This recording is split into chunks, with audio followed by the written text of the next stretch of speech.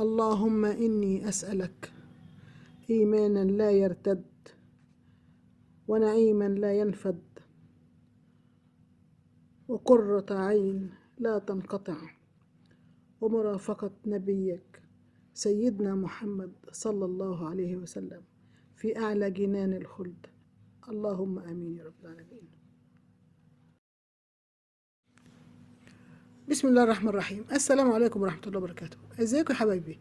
اخباركم ايه؟ يا رب يكون يوم سعيد عليكم، يكون يوم رزق وامن وامان وراحة بال. امين يا رب العالمين. النهارده بما ان الوقت للشتاء وفي خضار كتير حلو قوي بنحبه كلنا، الكبار والصغيرين بيحبوه، القرنبيط. اكله موفره ولذيذه وحلوه. هتقولوا لي الزيت غالي وهتقولي لي البيض غالي، احنا هنعملها باقل، يعني بطريقتين. هنعمل طريقه النهارده عشان ما نطولش الفيديو، وهنعمل طريقه فيديو تاني. الطريقه دي يعني اقل بيض يعني البيض قليل جدا، وعاملين الخلطه عشان الخلطه بتفرق مع ناس كتير. يعني خلطه القرنبيط نفسها المقلي عاملينها، والقرنبيط شويه زيت صغيره ما فيش مشكله، ما بيستهلكش كتير، لان الزيت مش هنرميه بعد ما نخلصه، بنعمل بيه حاجات تانية. يبقى احنا دلوقتي الخلطه بتاعتنا عملناها. القرنبيط نحطه فيها وبالهداوة كده، ونحط على الطاسة. ومعلومة يا حبايبي عشان ناخد بالنا اما نيجي نحط القرنبيط او البطاطس او اي حاجة، بنقلي حاجة وفضينا الطاسة، خدنا من الطاسة الحاجة مقلية وهنحط غيرها، نوطي الشعلة على الاخر لغاية ما نحط الحاجة اللي بنحطها، وبعدين نرفع النار بعد كده، عشان ما ينفعش النار تبقى عالية ونحط القرنبيط او نحط بطاطس او اي حاجة. دي خطوة مهمة جدا لازم ناخد بالنا منها. نوطي الشعلة، خلاص طلعنا اللي في الطاسة، نوطي الشعلة ونحط القرنبيط بتاعنا، هنعمله في الخلطة ونصفيه كده بهداوة، ونحط في الراحة على الطاسة. هيتحمر القرنبيط. أكلة خفيفة ولذيذة ومغذية وكلها فوايد. اعملوا بس بحث عن فوائد القرنبيط، هتلاقوها من ضمن الحاجات اللي فايدة عالية جدا. يعني هي والكرنب فوائدهم عالية جدا، وحاجات كتير طبعا. احنا لازم نستغل الشتاء في الحاجات الحلوة بتاعته دي، والحاجة اما بتبقى في اوانها في وقتها الموسم بتاعها بتبقى طعمها مسكر احسن ما بتطلع في وقت مش بتاعها، بتبقى طعمها مش حلو. الوقت بتاعها هو الشتاء ده، الشتاء. القرنبيط والكرنب والحاجات الشتوية دي كلها استفيدوا بيها، اتغذوا وغذوا ولادكم وغذوا حبايبكم. واكلة بسيطة، المهم ان هي ارخص من اكلة الطعمية. لان يوم ما نروح نجيب طعمية مش هنجيب اقل من 20 جنيه، ويا دوب كل واحد هياخد له، يعني لو عيلة كده 4 أو 5 أفراد مش هتكفي. يا دوب لو خد له 5 طعميات ولا 4 يقول لك الحمد لله على كده. لكن القرنبيطة مليانة كده وحلوة، وبتبقى يا 10 يا ب15 يا ممكن تكون أقل من كده في الحتت اللي قريبة من الزراعة. بتكفي أسرة مكونة من 5 أفراد أو 6 أفراد أو 7 أفراد، وبيبقى الكمية كبيرة، يعني مش واخد حتتين وخلاص، لأ، ده كل واحد واخد طبق مليان، يعني مشبعة، وكلها ما بتكلفش كتير. احنا لو جبناها القرنبيطة أيا كان ب15 ولا ب10 ولا بأقل من كده في أي الأماكن اللي قريبة من الزراعة، وحطينا عليها وخدنا لها، احنا عملنا الخلطة بأقل التكلفة، عملنا بيضتين بس. بصي يا حبيبي، أسرع.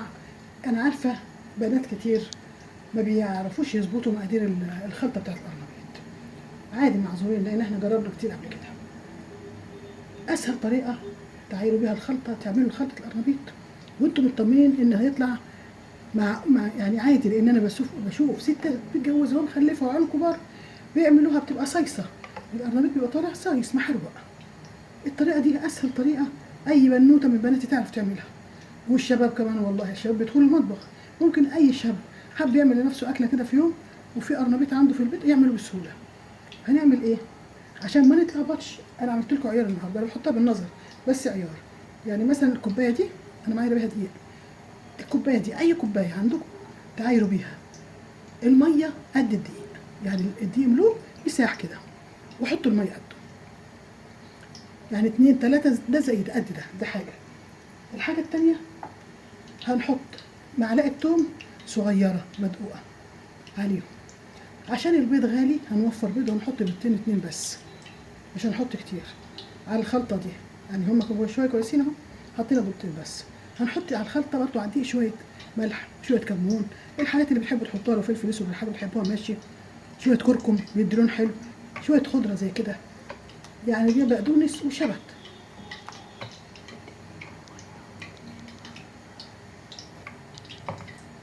يعني احنا حطينا دلوقتي 3 كوبايات دقيق، الشوية دول الحجم دول 3 كوبايات دقيق، وتقدهم 3 مرات، يعني دقيق مساح والمية طبعا على آخر الكوباية زي ما بنشرب عادي. 3 مية و3 دقيق، معلقة صغيرة أو نص معلقة كبيرة توم بتاعت الأكل، شوية بقدونس وشبت مقطعين، برضو حوالي معلقة كركم. ظبطنا الملح بتاعها كده تمام، يبقى فيها ملح وتوم وبقدونس وشبت والحاجات الحلوة دي، بتدي ريحة جميلة، ريحتها جميلة جدا. وظبطناها كده، ما قلبناها كويس كده، وبيضتين كمان عشان ما ننساش البيض، 2 بيض بس كده. اهي بيض جميلة جدا وقوامها حلو قوي. هنشوفها لما يتقلب، وهنحط بيكنج باودر. استنى نحط بيكنج باودر واقول لكم عليه.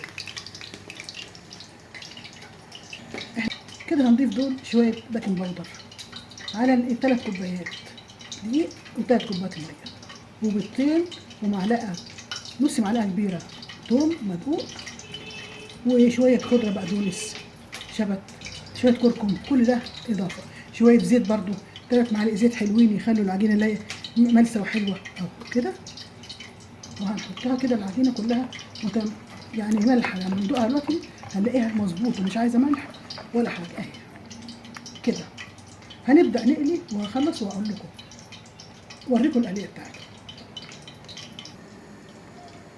بصوا يا حبايبي، عشان برضو ما نتوهش من بعض، عشان ممكن برضو ما تبقاش واضحة. بصوا كده القوام اهو، شايفين؟ بصوا شايفين القوام بتاعها اهو، مش خفيف ومعقول. اما تحط هنا كده في الصف دول واحط دي كده، الباقي بيرقى يعني، وما تستوي هتشوفوا شكلها، بحيث ان هو مش خفيف. ده لو مسكته كده ثواني اوريكم معلقه، عشان برضه الامور تبقى واضحه بالنسبه لبناتي والشباب اللي حد يعمل اكل بنفسه.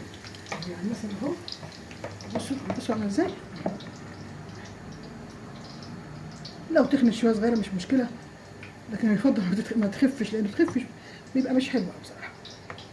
ده كده ادي الخلطه بتاعتنا سهله، العيار سهل قوي. 3 كوبايات قصاد 3 كوبايات، فيها البيكنج باودر والبيض والبيضتين والبقدونس وكركم، حطوا البهارات اللي انتوا عايزينها. هنقليهم واوريكم لكم. يلا ادي القرنبيط بقى، شوفوا شكله يفتح النفس.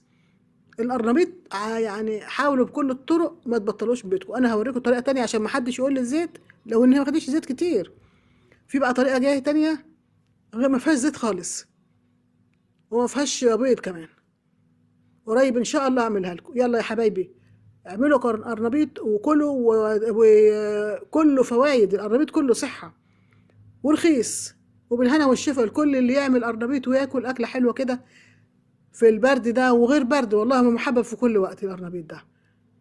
يلا اعملوا قرنبيط وهيصوا، وبالهنا والشفا. كل سنه وانتم طيبين، رمضان على الابواب. اللهم بلغنا رمضان يا رب، امين يا رب العالمين، جمعا يا رب بخير وعلى خير. والسلام عليكم ورحمه الله وبركاته. دمتم سالمين غانمين، امين يا رب العالمين.